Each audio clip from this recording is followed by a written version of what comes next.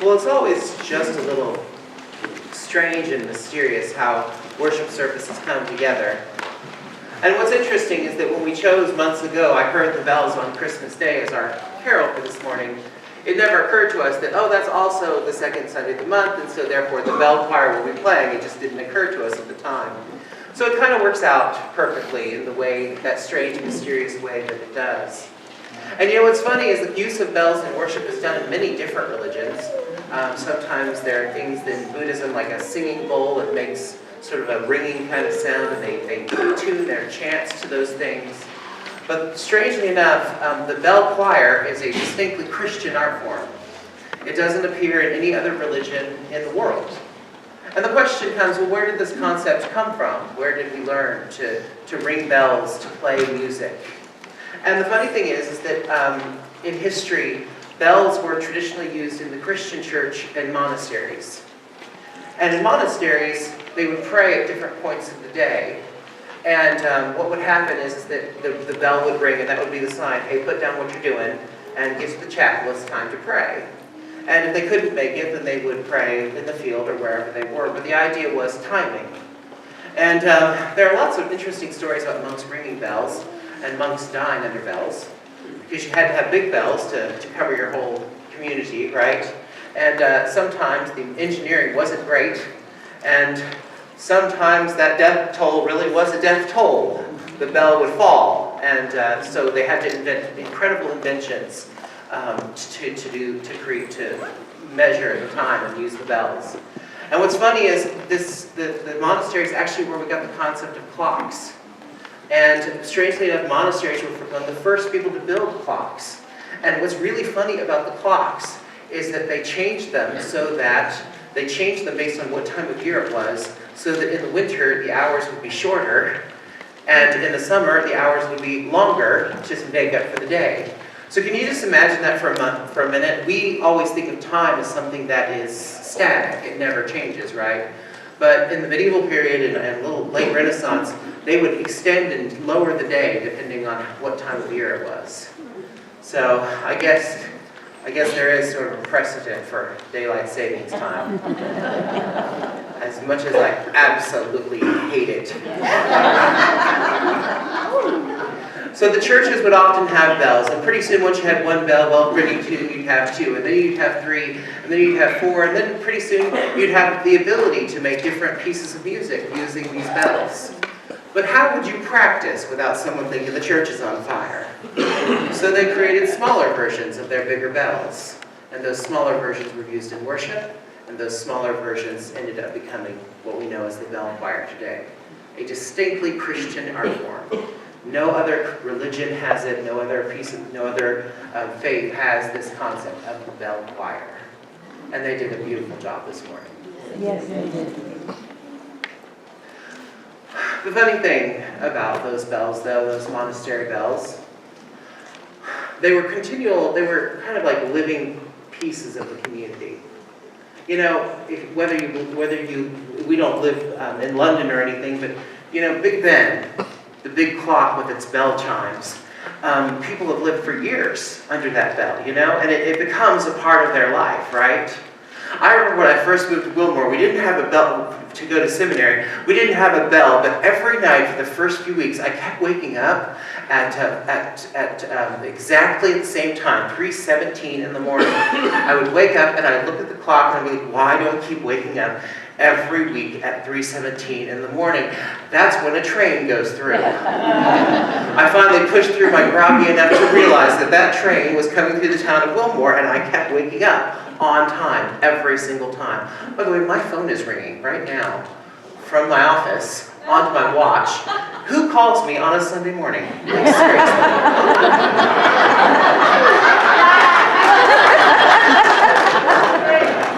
It was distracting. All of a sudden it was buzzing. I'm like, who calls me on a Sunday morning? Anyway, it was LaJoe Dunbar, another pastor. Why is she calling me? I'm betting it was an accidental dial, don't you? So what was I talking about? Train come through every night at 3:17, and can you imagine living next to a monastery? You know, those bells, they become just a part of your day, a part of your life. It just becomes part of your rhythm.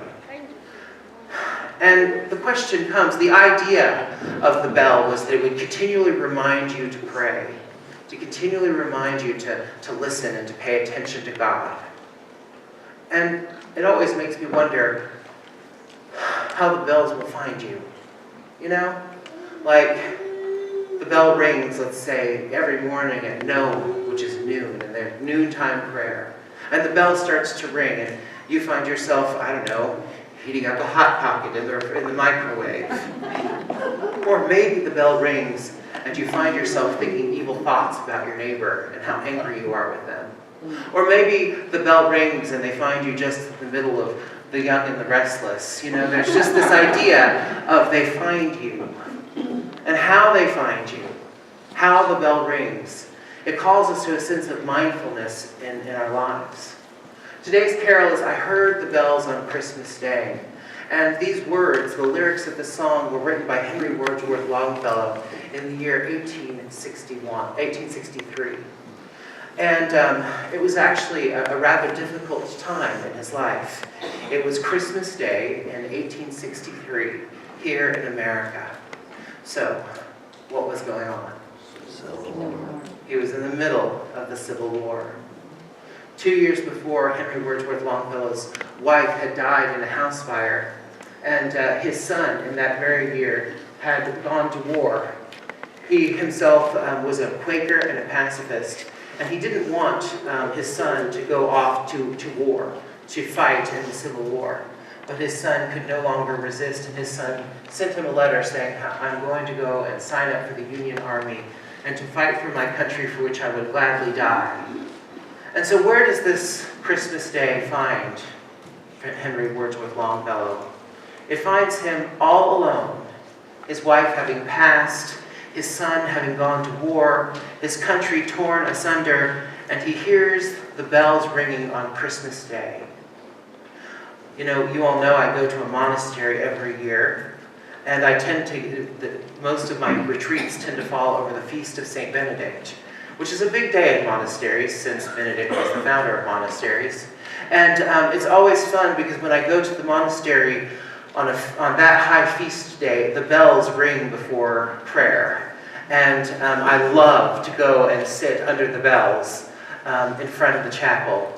And they ring, and you can just feel it in your body. Everything in you sort of vibrates and it moves, and you watch them swing back and forth, and you see the clapper, and it's just this marvelous piece of engineering and beauty, and you hear the sounds of the bells ringing joyfully and triumphant. And here Henry is, and he can hear those bells ringing. He can hear those bells ringing, and how are they finding him that day? They find him lonely. They find him lost and terrified. They find him scared. I heard the bells on Christmas Day. Their old familiar carols play, and wild and sweet the words repeat, peace on earth, goodwill to men. I thought how, as the day had come, the belfries of all Christendom had rolled along the unbroken song of peace on earth, goodwill to men. Till ringing, singing on their way, the world revolved from night to day, a voice, a chime, a chant sublime of peace on earth, goodwill to men. As he hears the song repeat, as he hears this old familiar sound of the bells ringing, they find him not in a good place, not in a happy place, not in a joyful place. They find him brokenhearted on this day. And as he's sitting here listening to them ring back and forth, as he hears them, he continues, then from the black accursed mount, a cannon thundered in the south, and with the sound the carols drowned of peace on earth, goodwill to men. It was as if an earthquake rent the hearthstones of a continent, and made forlorn the households born of peace on earth, goodwill towards men. And so here he is, listening to these bells ringing, and they're just about to touch his heart. And then all of a sudden, he hears the cannon fire off in the distance. And he has to ask himself, in the way that one does, Who do I know that's out there on that battlefield today? Which one of my loved ones or my neighbors is possibly losing their life in this moment? And the bells themselves are drowned out by the sounds of war.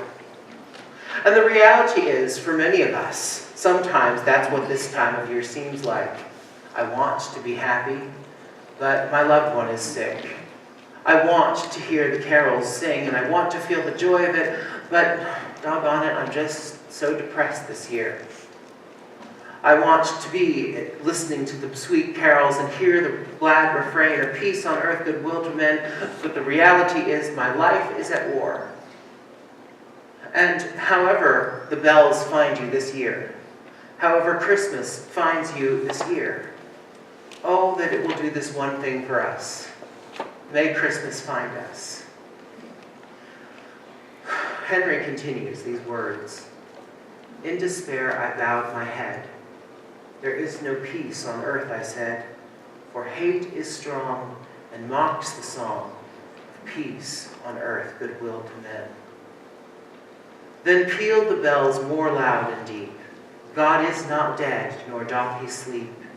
The wrong shall fail, the right prevail, with peace on earth, goodwill towards men. And I wonder sometimes about people like Henry in moments like this. I wonder about people who fight for justice and righteousness in the world, how often they get so tired, you know? I mean, for instance, Reverend Dr. Martin Luther King used to call Pathia Jackson to sing for him in the middle of the night, when he knew that the next day he was to face untold difficulties and struggles, when he knew that he was going to be placed in jail the next day for protesting for civil rights, he would call her and he would have her sing for him. In the middle of the night, she knew this was her job in the world. And you know, I think about that and I think how tired she must have been to wake up in the middle of the night to another unexpected phone call. And I think, see, that weird way that worship works. And that for that middle of the night unexpected phone call. And I think about him too. Why was he up? Because he was afraid.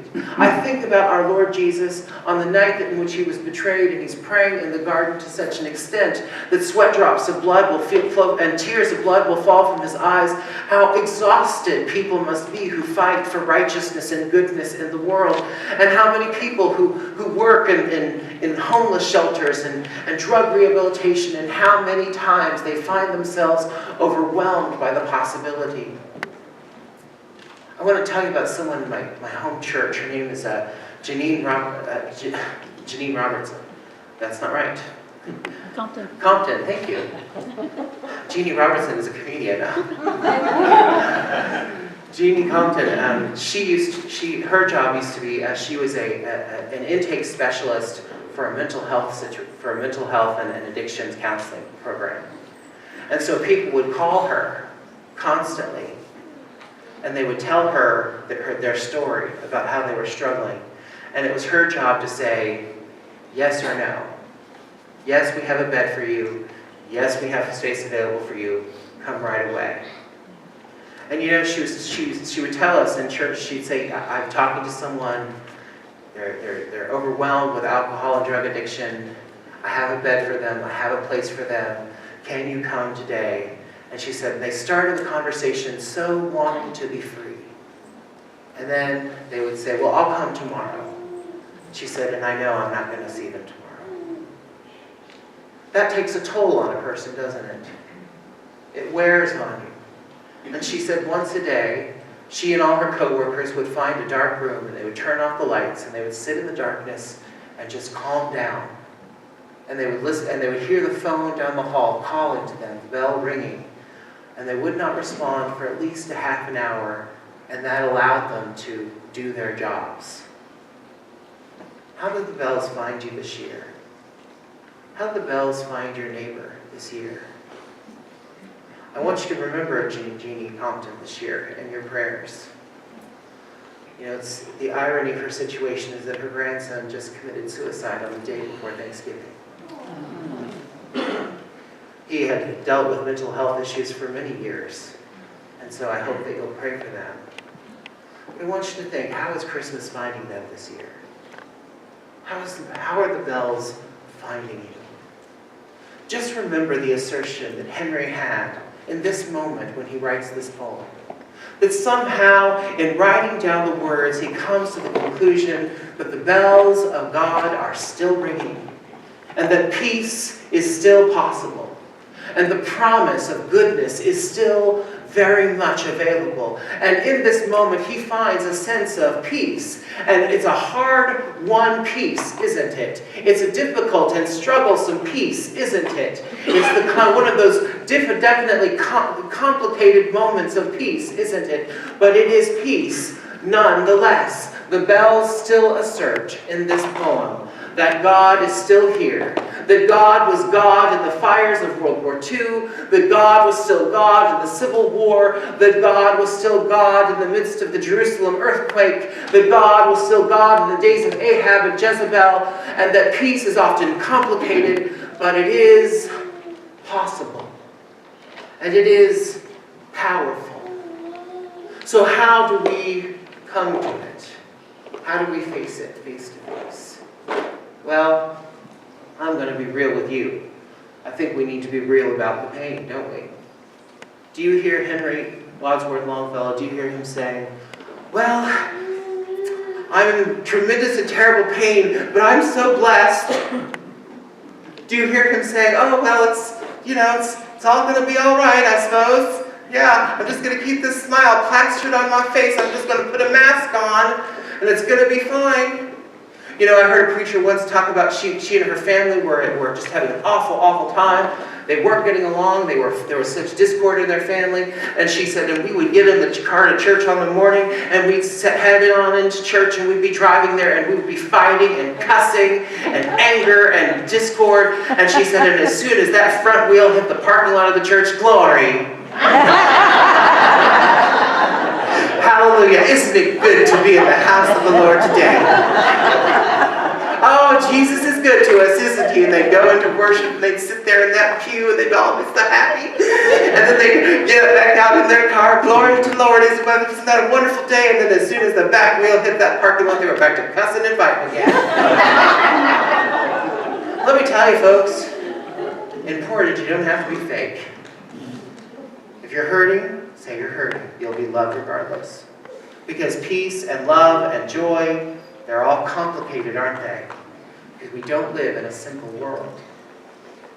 I think Henry, in writing these things down and putting them in this way, explaining his situation, in being real about it, in being truthful, is the only way that he could come to a place of peace. God, this is really how it is. Brothers and sisters, this is really how I feel. And by the way, I know that some people believe that it's sort of pious to sort of say you're blessed in whatever circumstance. And I agree, we are blessed in whatever circumstance. We're breathing, we have a heartbeat, we're good. That is a blessing, we should not overlook that. But if you read the Psalms, there are moments where the psalmist says, God, why are you so far from me? God, why is this difficult? God, I don't understand. God, I'm angry. The prophet Jeremiah actually looks at God and says, God, you lied to me. Telling God exactly how he feels. The prophet Habakkuk, he actually writes down, I'm going to sit on the wall and wait for God to give me an answer. Right? God's going to answer my question because I'm angry. There is no virtue in pretending that pain is not pain. There is no virtue in pretending that you're not going through tough times. There is no virtue in ascribing thanks to God for his blessings when in the meantime you are desolate. Being brokenhearted is part of the Christian life too. Jesus himself acknowledges it. Jesus himself finds himself overwhelmed with sorrow from moment to moment. Do you remember when he stood on the hillside and wept over Jerusalem? It's okay. It's okay. Even at Christmas, when everything's supposed to be happy and jolly, to acknowledge how the bells find you this year. And in so doing, by telling the truth, by acknowledging it, it opens the doorway for the bells to bring peace into your life. By being honest with God, it enables the doors to open and things to say, okay, it's tough, but I am at peace. So, dear brothers and sisters, I encourage you in this holy Advent season, however the bells find you. And by the way, you might be great this year. You might have just gotten that promotion at work. That's great. Wonderful. Just remember, however the bells find you, however Christmas finds you, oh God, let it find you. In the name of the Father, and of the Son, and of the Holy Spirit. Amen. Amen.